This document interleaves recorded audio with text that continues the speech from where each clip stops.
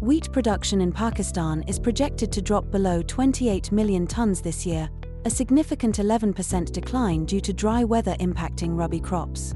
This situation raises concerns about food security, as last year's bumper harvest of 31.4 million tons is now a distant memory.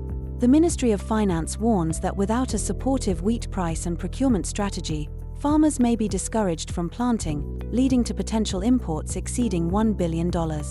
Despite these challenges, inflation is expected to remain stable around 3% in February, aided by rising exports and remittances.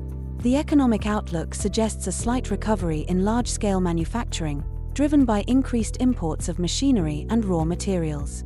As remittances soar, particularly from Saudi Arabia and the UAE, the current account deficit remains manageable.